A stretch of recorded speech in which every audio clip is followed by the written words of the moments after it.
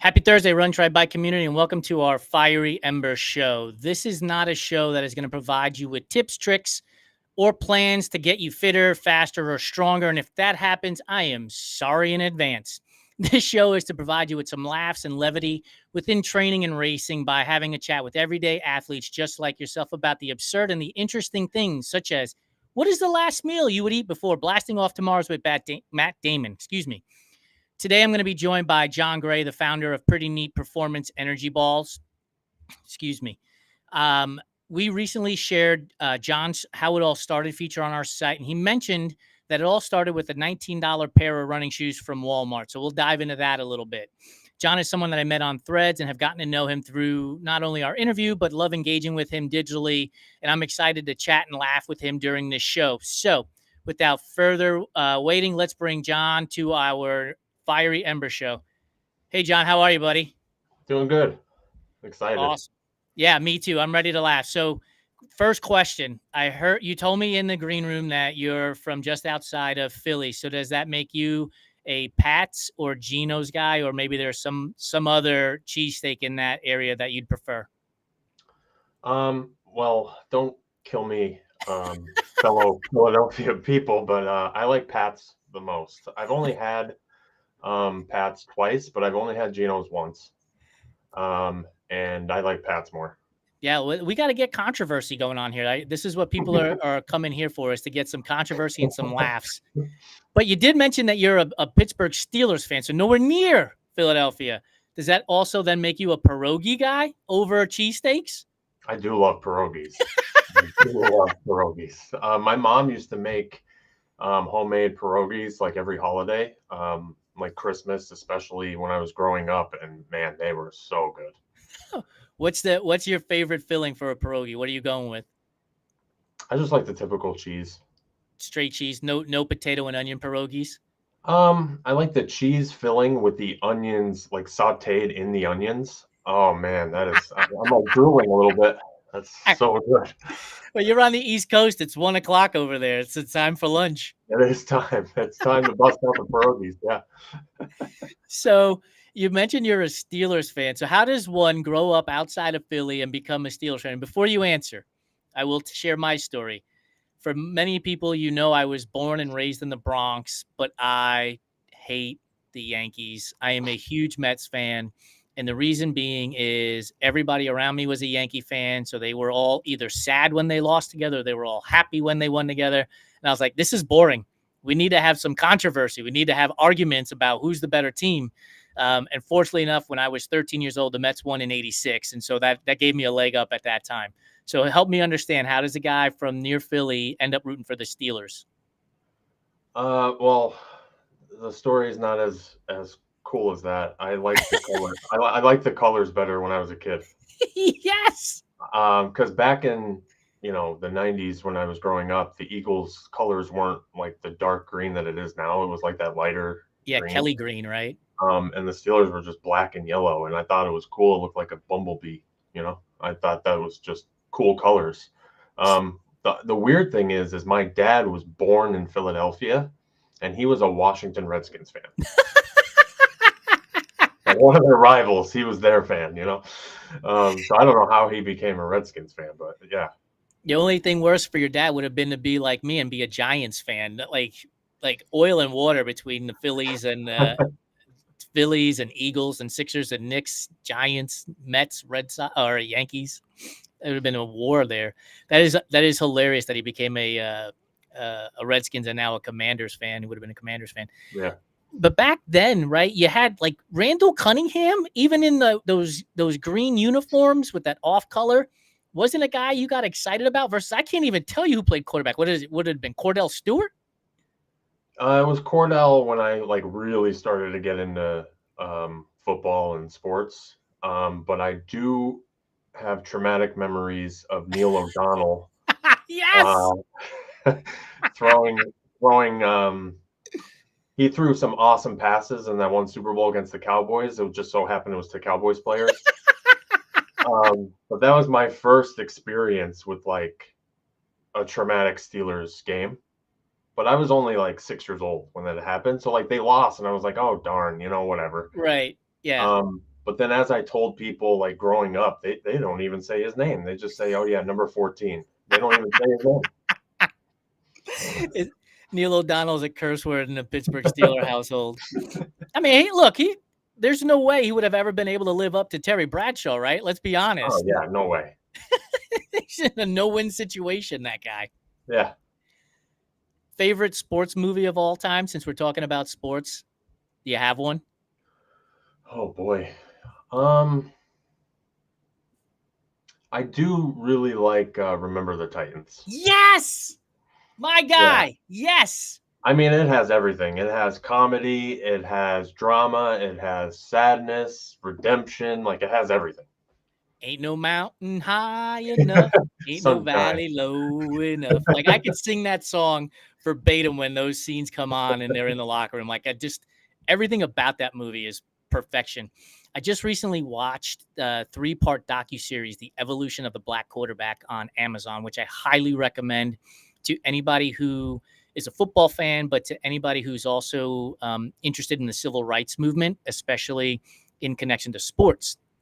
But the one thing it did remind me of was of Remember the Titans. So I actually went and recently watched that movie again because of the civil rights component that Remember the Titans brings to the table Yeah. as well.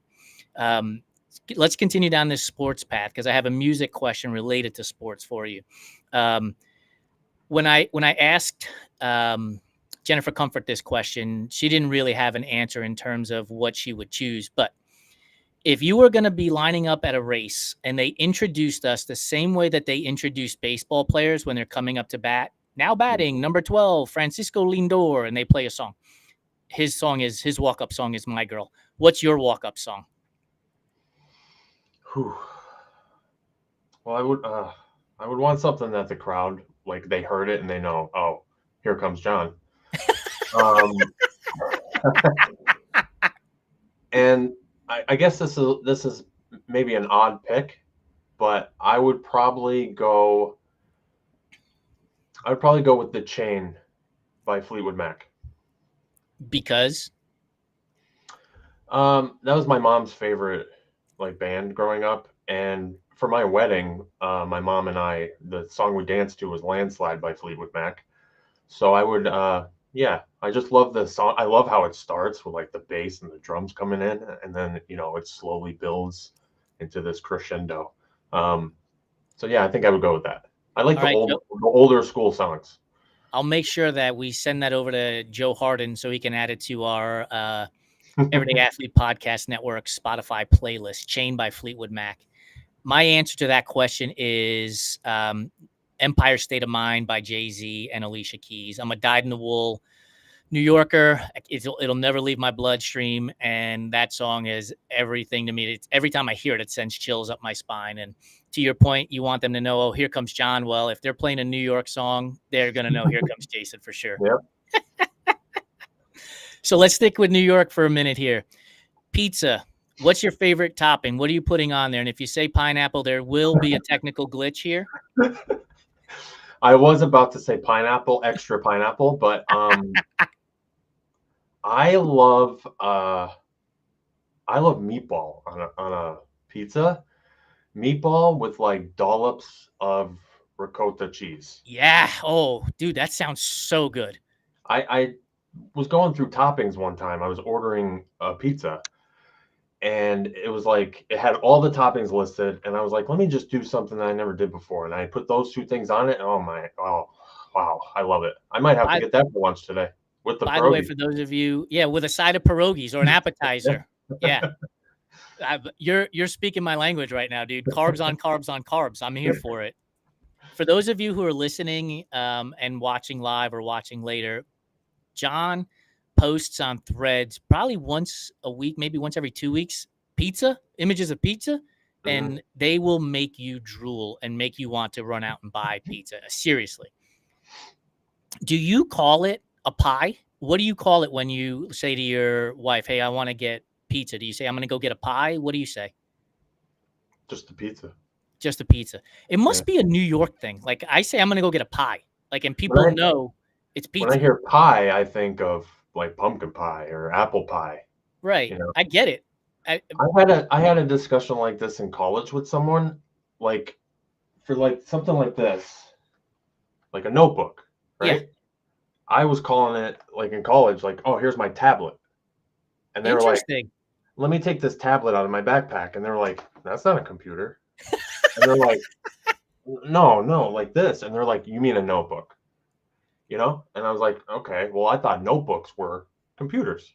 And it's crazy how the different regions of the country says different things. Like I don't call soda pop. No, neither do I. It's typically you say I'm going to get a Coke, but and literally mean a Coke, not soda when you say Yeah. that. So no, you don't call it a pie. What do you call the place where you get pizza? Is it a pizza restaurant? Is it a pizza place? Is it a like I call it a pizza joint. That's how I grew up, and it's called pizza joint. I'm not cool enough for that, so I just say a pizza place.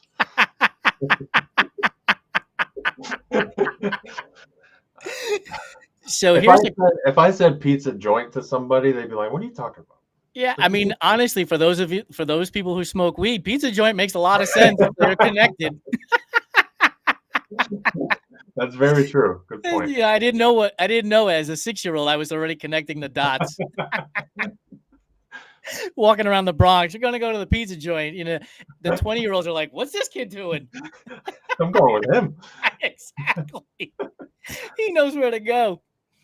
All right, so we're gonna stick with New York for a second. You have two choices here: New York bagels or New York pizza. Which one are you gonna choose to eat for the rest of your life, and which one can never be eaten again? Oh man, could I get pizza from elsewhere or Oh yeah, you get pizza wherever you want. Just don't just bring New that York? Chicago stuff to the table. Just that's a pie. Yes. That's a pie. Um, I would keep the bagels. I think you can do so much with bagels. Yeah, You know, you make sandwiches. yeah, a breakfast sandwich on a bagel is Yeah, smear of cream cheese, yeah, lox if you want. yeah. Absolutely, 100%. Favorite bagel flavor is? I like cinnamon raisin. Oh, change up. I like using cinnamon raisin bagels for an egg sandwich. Oh, a little sweet with savory combination. Hmm. I'm a pumpernickel guy or like a marble rye. Those are the bagel go tos, Marble man. rye bagels are Yeah. underrated. But I will say this: like if I go to a new joint, I always order either a poppy seed or a sesame because that's if they can make that right, then they can make the other ones right. And if they make that one wrong, the other ones are gonna be totally fucked up anyway. So don't even bother. So yes, I'm ordering 2 bagels every time I go to a bagel shop. Got a carb load. 100%. Who you kidding? So I wanted to also bring you on here because I want to talk about Pretty Neat Performance Energy Balls. It's a new product you're bringing to market today. Tell me about the inspiration for making the Pretty Neat Energy Ball and where are you along the process? What have you discovered about this process that you had no idea would end up being this way? So the inspiration came from wanting to do something that was a little different. Um, when you look out there, you have the gels, and then from the gels you have bars, or you have like the Cliff Blocks, I believe. Um, so I wanted something you don't really see balls out there. No pun intended. And yeah, you don't really see like that style of a pre or during exercise snack. Right. So I wanted to, do that as something a little different, and I wanted to add caffeine to them. And then I thought, oh, energy balls, and then that's kind of how the name and the idea started. Right now, I actually did just hear from my manufacturer yesterday. They passed the efficiency test, which that just means that they have to make sure the formula can run on their big industrial machines without breaking down. So the formula is good to go. And they are sending me some samples that I'm set to receive today of the efficiency test. Um, and then now next up is the packaging design, which I'll be working with a graphic designer and make sure that it's FDA compliant.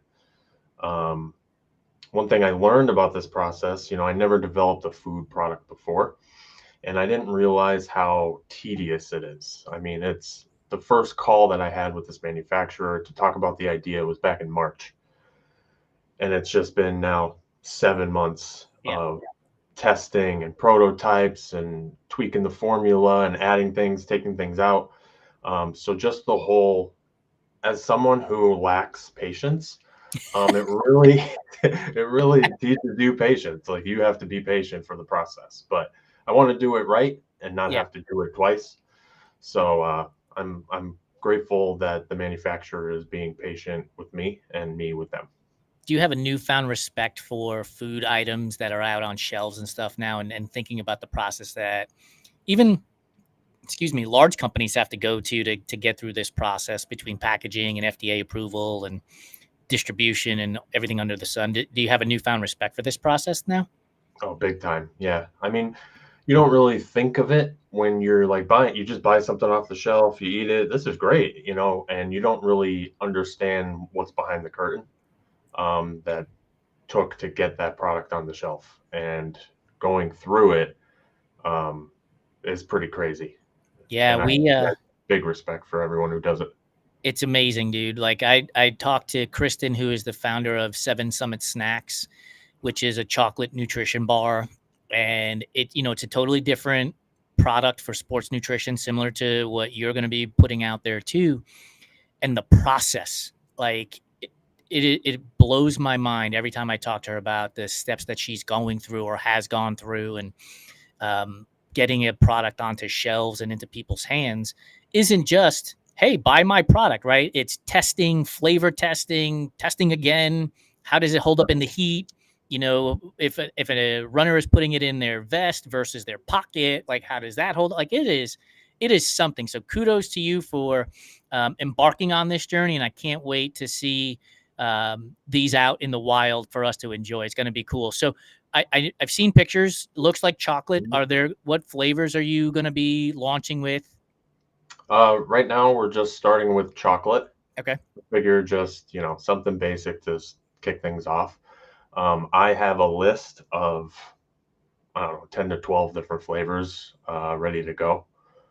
So it's just about getting the recipe correct and the flavoring correct. But now that the base recipe is set in stone, really it's just about flavoring adjustments now. So see how these ones go. If it all goes well, I would like to release a second and a third flavor relatively quickly, just to have a nice lineup. Yep. And then we'll go from there. I would avoid the pineapple and pizza flavor altogether. That'll be our April Fool's flavor. I mean, based on your answer about cinnamon raisin bagels, I clearly see that that's going to be an option here in the future for sure. Are those the shoes behind you that were your $19 Walmart shoes that launched your running journey? No, these are some Nike shoes that Okay. I don't run in these. Okay, I just saw that singular pair of shoes back there. I was like, I wonder if he's memorialized these $19 Walmart shoes. No, they're in a glass case over there on the wall. It's the John Gray Wall of Fame. Here's the first cotton T-shirt. Yeah, I autographed the shoes. They're worth nothing. You throw them up on eBay, 6 cents, 8 cents. You're winning. Oh, that's fantastic, dude. You know what would be cool is actually if somebody actually did do that. Like, here's the first pair of shoes I ever ran in, and just kind of built like their own little wall of fame. I think, look, we hang medals. Why not True. that stuff? That is true. And people, I saw, I forget who posted it. Someone on Threads said they're taking their medals and turning it into like a wind chime, which I thought was an awesome idea. Oh, that's a great idea. I'm going to do that with all my older running shoes. Just have them all dangling. It won't be chimes, it'll just be thuds. You're gonna have to sew on like little cymbals so that they actually make like a chime sound. Next new business adventure, pretty neat performance, wind chime thuds, and then you just selling those things out there. That would be hilarious. Oh my goodness! All right, dude. So I put this question in the intro, and it all stems from a conversation I had with Jennifer Comfort, who I've referenced here before, but she has some of the best answers to these questions.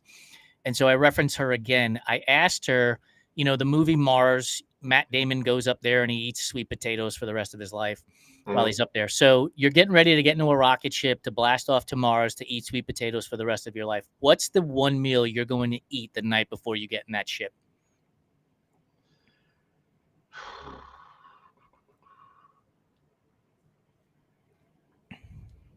I would try and recreate my mom's lasagna. Ooh, what was in it? Straight like a bolognese? Yeah, yeah, Oh, with the so ricotta good. cheese and mozzarella and the layers and layers of noodle. Yeah. Um, I would try and recreate that. That would be my last, with a side of Dr. Pepper for some reason. I don't even drink soda really anymore that much. But as a kid, that was like my go-to. She would make that. I would have that and a glass of Dr. Pepper. I love it. Are you more of the give me the middle of the lasagna pan, or are you give me the edge that has like that when the noodle kind of crusts over? Yeah, I like the edges. Yeah, you get like a little bit of that bite on the edge, right? I like the edges on pretty much anything that is like baked, like brownies. Give me the Yeah. edge. Lasagna, the edge. So are you a Sicilian guy then? Sicilian pizza? If it has crust, sauce, and cheese, I'm eating it. Put it on a flip flop. I'm inhaling it. Have you tried Detroit style pizza? I have. It's very, very good. It's very, very good. Like I was very skeptical at first, but then I was in Grand Rapids and I tried it out for the first time and I was blown away. I was like, yeah, like Chicago, you guys can yell all you want about how good your pizza is. You're now ranked third at the best on this list. New York clearly way up there. Detroit falls down a few rungs, and then Chicago. I mean, you called it a pie earlier, but the reality is it's tomato soup in a bread bowl, right? You can go to Olive Garden and get that thing. Come Yeah, on I was gonna say if I need a spoon to eat my pizza, it's no longer pizza. Sorry, Chicago. now. I asked John Hudson, because he's from the Chicago area, how does he eat his Chicago style pizza? Like, you got to use a fork and a knife, right? Or does he just like go head first in like a pie eating contest at the state fair? He said he uses a fork and a knife at first to cut it, and to get it so then he can then manage to hold it. But that's just gotta end up everywhere. You gotta have like, a tablecloth for a napkin around your neck, I'm guessing. I would have to not get anything on my clothes. I would have to wear like an astronaut suit. That's just too And much. lift up the mask. Just pull it up, take a bite, put it back down. Yeah. You've mentioned Italian food a couple of times now already, but outside of Italian food, is there a culture, a food culture that you really love that you would eat hands down without any questions? Oh, I would eat Mexican food every day, every Mexican single food is day. hard to go wrong with, man. Yeah. Have you ever tried Ethiopian food? No. Oh, my favorite. Like, I love Italian food, and strangely enough, oddly enough, I guess. So Italy was occupying Ethiopia during World War II, and so if you go to an Ethiopian restaurant, they'll have Ethiopian dishes, but then they'll also have like veal parm on there because it's a part of the culture Oh, from Italian occupation. But in Ethiopian food, they have injera, which is a bread, and honestly, it looks like an ace bandage wrapped up, but you unroll it and then you use that so as your utensil. You don't use forks and knives. You just grab. They have like lentils and potatoes and oh, dude, if you can find your way to an Ethiopian restaurant, absolutely do it. Take the risk and live outside the box.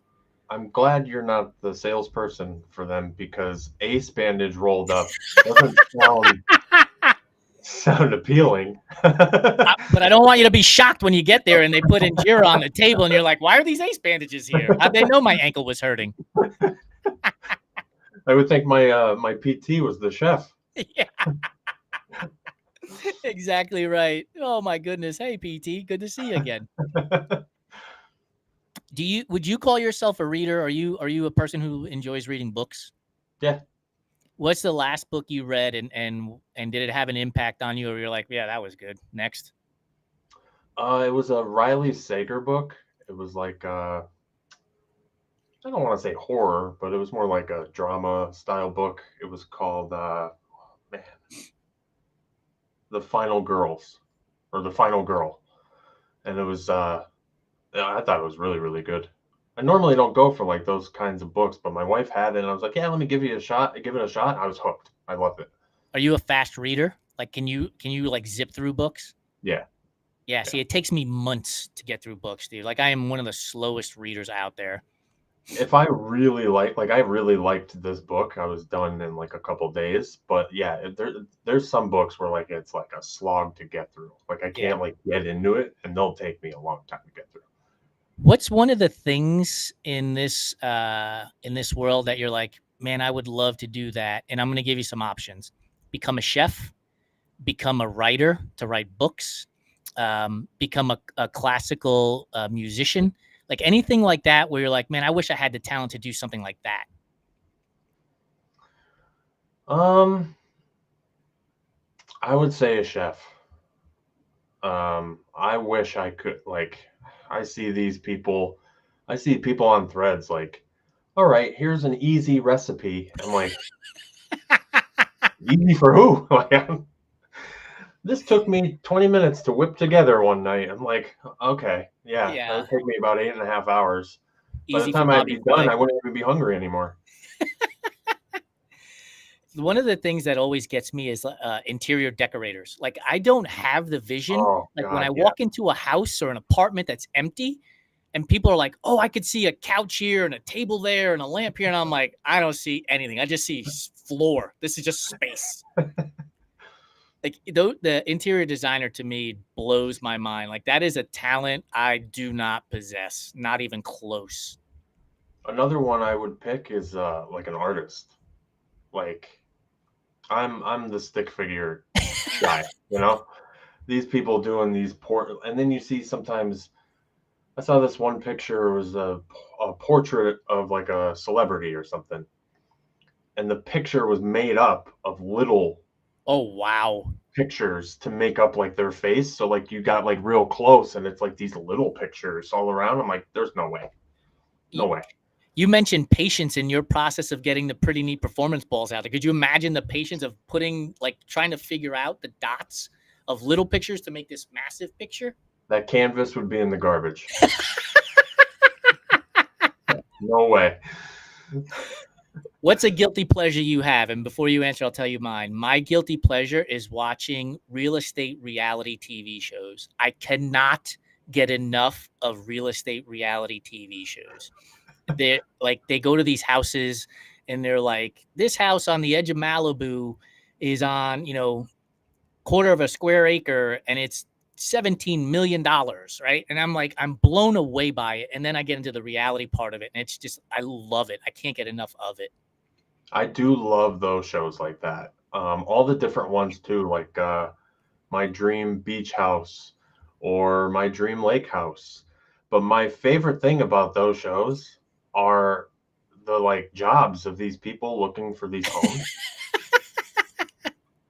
I walk I walk your pet rock.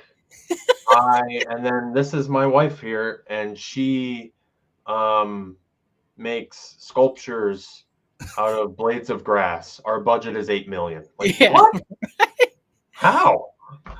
Can you imagine being the talent finder, right? So that, like, they have to probably send in audition tapes, right? And the talent finder who's going to schedule these people to be on the show has got to be like, seriously, where'd you get $8 million from? Like, how are we going to do this? Like, I would be blown away in that role too, right? Like, you'd be like, nah, this can't be real. And then you got to pick up the phone and get in touch with these people.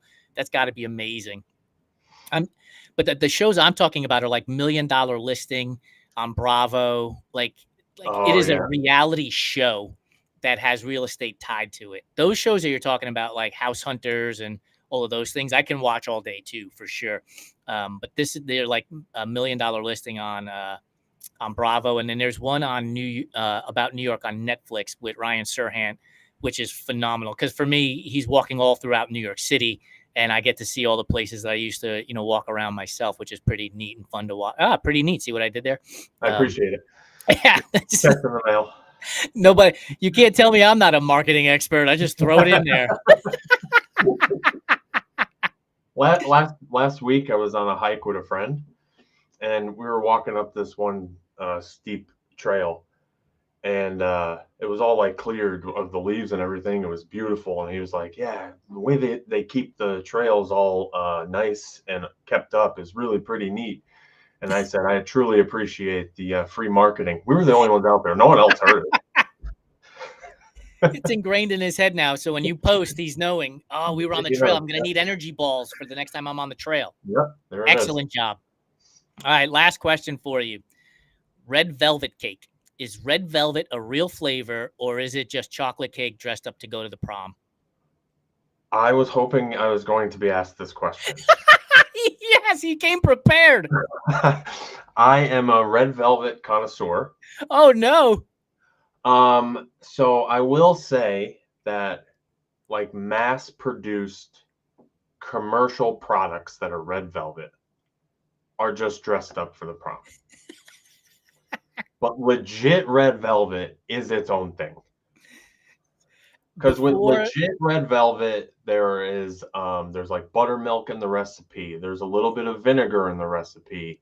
The cocoa has to be more dull in flavor than a chocolate cake, because you're supposed to get a little cocoa, but also a little tang in a red velvet cake. Yeah.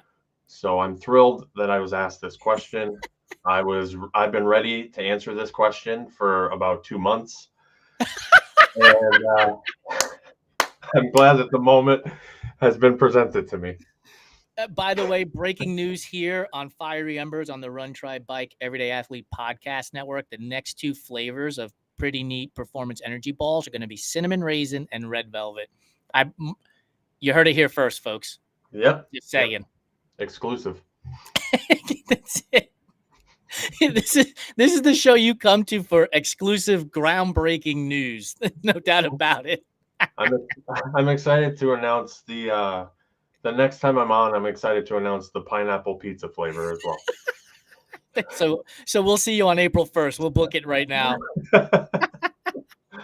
Okay, so I could talk all day, dude. As most of my friends and family know, I could talk all day. But I'm gonna ask. This will be the last question. What's a meal that you can recall having that you were so excited for, and then you took that first bite and you were like, "Oh, awful! This is not meeting expectations." There was a sandwich shop. They're not there anymore, but it was like I wonder why. What an accidental segue that was. It was like a 10, 20 minutes away. And all my friends were hyping up this sandwich. And I was like, it was a chicken parm sandwich. And I was like, all right, whatever. I'll go try it. Hyped it up all week. I even got myself hyped up for it. I was like, oh, this is going to be awesome. I got there. Oh, man, the cheese wasn't melted. Oh, no. Out. Yeah. I didn't know that until I took a bite. Oh, the chicken cutlet probably was soggy, not crispy. The breading on the cutlet wasn't in the middle. So like they cut the sandwich in half and it was just like a grilled piece of chicken. Oh, no. And then I opened the bread and it was breaded on the ends. And it looked delicious on the ends, but then the cheese wasn't. I'm like, was this cooked? It was made. It looked like it was made the previous night, and then just given to me. So I don't know why they're closed. I have no idea. The only reason why that place was open is because your 4 friends kept going there, and then you finally showed up. And you were like, "What is this? There's no way this is real." You're looking around for Candid Camera. For those of you who aren't old enough like me, Candid Camera was like a spoof show that they used to have play pranks on people and film them. Anyway, John, thank you so much for joining me on this Fiery Embers show. It was a blast. Really appreciate you taking the time to cut it up and laugh with me. For those of you who are just joining us, this will be on our Instagram feed here in a moment, but you could also see the replay on Facebook, Twitter, Instagram, YouTube, and LinkedIn.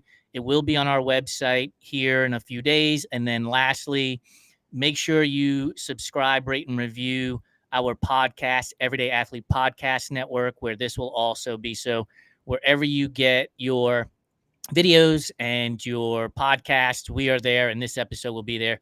John, appreciate your time. Have a great rest of your Thursday, and